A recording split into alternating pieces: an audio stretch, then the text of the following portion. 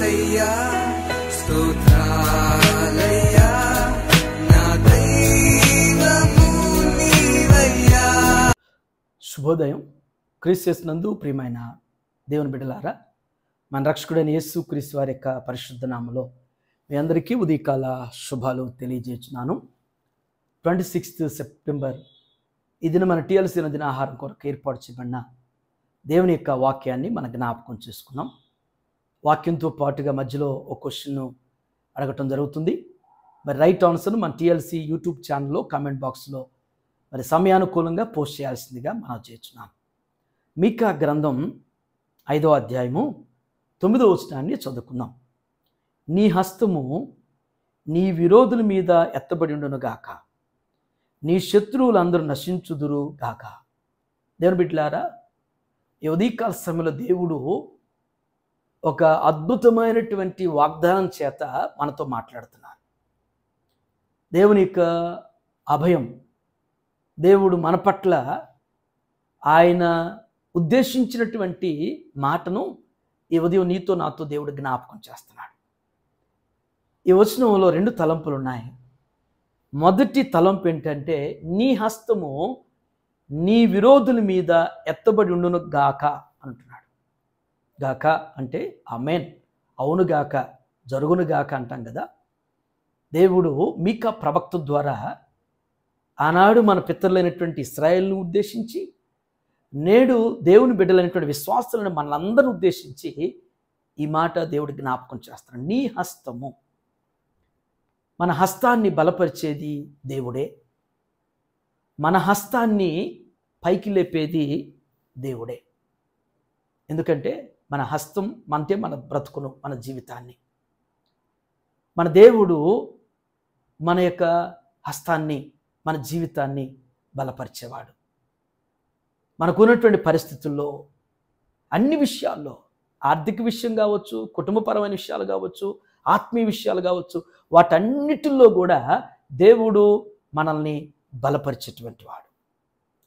మన హస్తాన్ని బలపరుస్తూ, మన హస్తాన్ని పైకి పడిపోకుండా, మోషే హస్తాలు, మోషే చేతులు మరి బలహీనపడ్డప్పుడు ఊతమింపజేసి ఏ విధంగా ఆస్వాదింపజేశాడో, ఇశ్రాయేలుకి దేవుడు ఏ విధమైనటువంటి జయాన్ని మరి అనుగ్రహించాడో, మన జీవితంలో కూడా దేవుడు మన హస్తాల్ని బలహీనపడిపోకుండా, మన చేతులు బరువెక్కకుండా, మనం పడిపోకుండా, కృంగిపోకుండా దేవుడు మనల్ని పైకెత్తేటువంటి వాడుగా, మన విరోధుల మీద, అది కూడా మనకి ఎవరైతే విరోధులుగా, ఎందరైతే ఉన్నారో అలాంటి వారి ముందు మనల్ని బలహీనపడిపోనీడు, మన హస్తం బలహీనపడినీడు.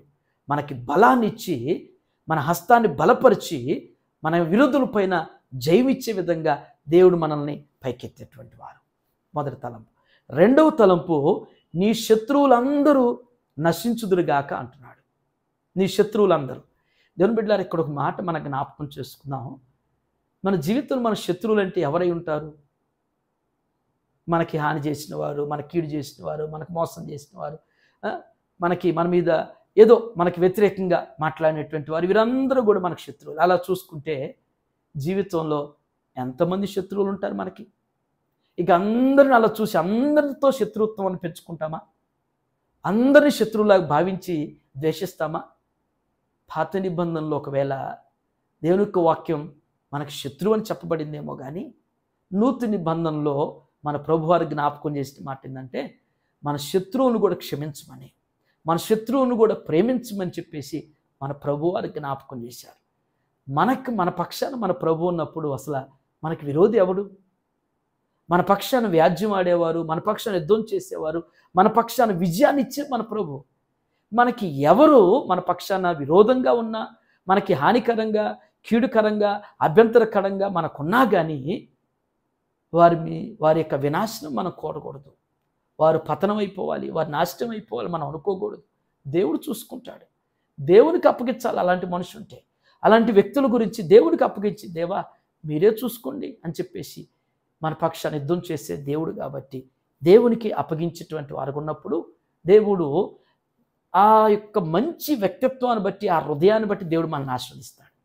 ఎప్పుడు వారి పతనం, వారి నాశనం, వారి అట్ట అయిపోవాలి, వీరిట్లా అయిపోవాలి, శపించడం, శాపనార్థాలు పెడతాం, వారి పతనం కోరే కంటే ప్రభువా వారు బాగుండాలి, వారు అభివృద్ధి చెందాలి, వారికి మేలు జరగాలి, వారికి మంచి జరగాలి అని నువ్వు కోరుకుంటే దేవుడి మనసును బట్టి ఎంత సంతోషించి ఆ అభివృద్ధిని వారికి ఇచ్చి మనకి కూడా దానికంటే ఎక్కువగా ఈ స్వభావం, ఈ హృదయం, ఈ వ్యక్తిత్వాన్ని బట్టి దేవుడు ఇంకెక్కువగా ఆస్వాదించేవాడు.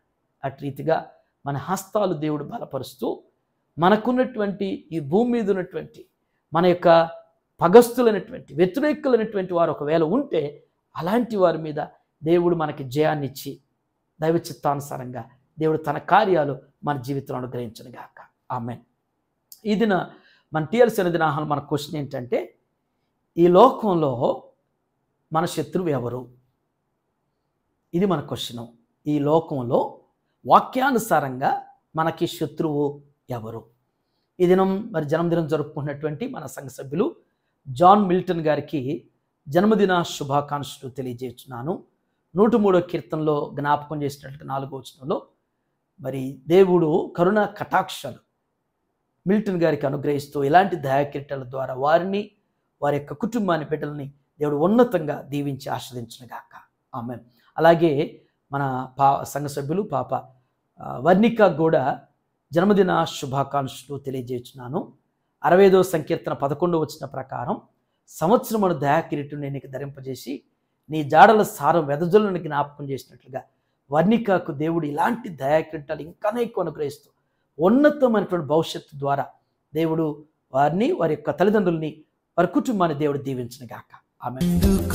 నన్నింతగా నీవు ప్రేమించితివో దేవా. ప్రార్థన చేసుకుందాం. మహోన్నతుడైన తండ్రి, కృపగలిగిన ఆయన, జీవం గల మా రక్షక, మీకు వందనాలు.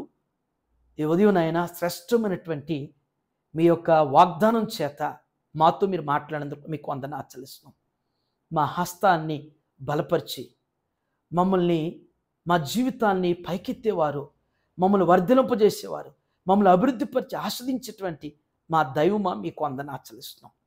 తండ్రి, పాత నిబంధన గ్రంథంలో నా ప్రభా మా పితరుల హస్తాలు మీరు ఏ రీతిగా బలపరిచారు, వారి జీవితాన్ని ఏ రీతిగా అభివృద్ధిపరిచి ఆస్వాదించారు నా తండ్రి.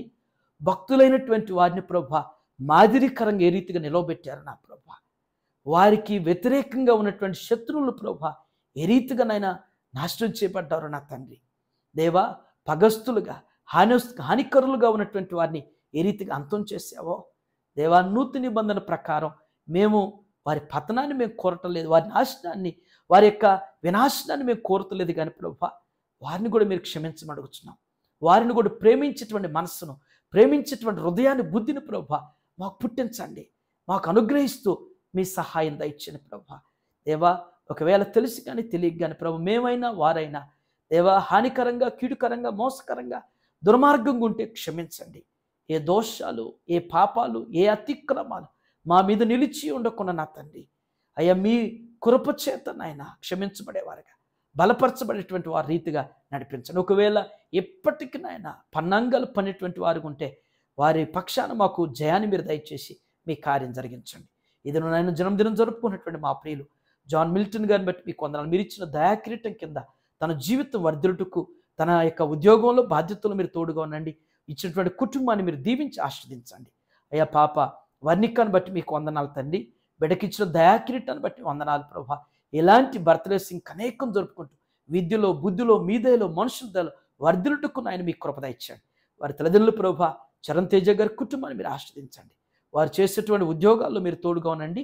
ఆర్థికంగా, ఆత్మీయంగా నాయన ఇంకెక్కువగా బిడ్డలు మీరు బలపరిచి మీ కృపలో దీవించండి.